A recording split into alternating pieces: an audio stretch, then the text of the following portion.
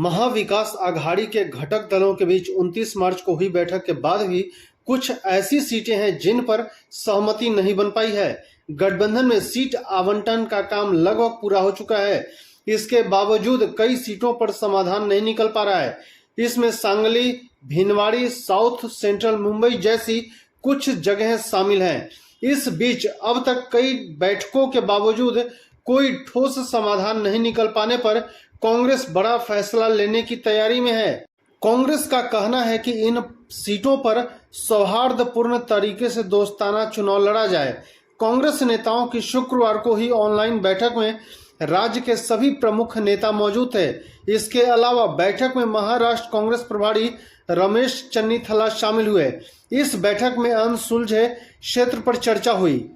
महाविकास आघाड़ी के घटक दलों में अब तक कई बैठकें हो चुकी हैं, लेकिन अगर कोई समाधान नहीं निकलता है तो आइए इन सीटों पर सौहार्दपूर्ण ढंग से लड़ें।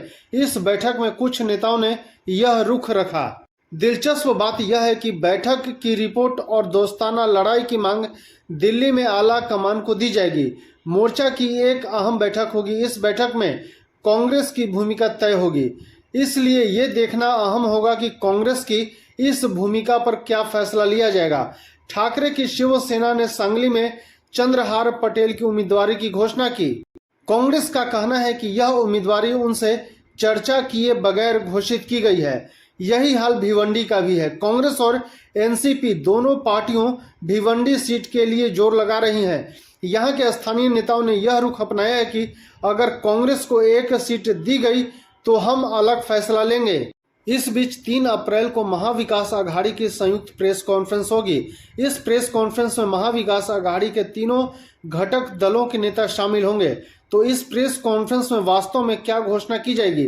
क्या महाविकास आघाड़ी में वंचित बहुजन आघाड़ी भी शामिल होगी? ऐसे कई सवाल उठ रहे हैं। कांग्रेस के प्रवक्ता अतुल लोंधे ने कहा, भिवंडी और सांगली का मामला पार्टी आला कमान को भेज दिया गया है। इन सीटों पर एनसीपी और शिवसेना मानने को तैयार नहीं है। हमने दोस्ताना चुनाव का प्रस्ताव रखा था। उन्होंने कहा कि हमें उम्मीद है कि पार्टी आला कमान दोनों ही दलों से बात करेगी। कांग्रेस के प्रस्ताव को खारिज करते हुए संजय राउत ने कहा कि अगर यहाँ दोस्ताना लड़ाई होती है तो विरोधी दल को मौका मिल जाएगा। कांग्रेस एक मैच्योर पार्टी है, इसलिए उसे इस तरह का फैसला नहीं लेना चाहिए। कुछ दिन पहले ही कांग्रेस ने सांगली के विधायक विश्वजीत कदम को दिल्ली जाकर पार्टी नेताओं से मिलने के लिए कहा था।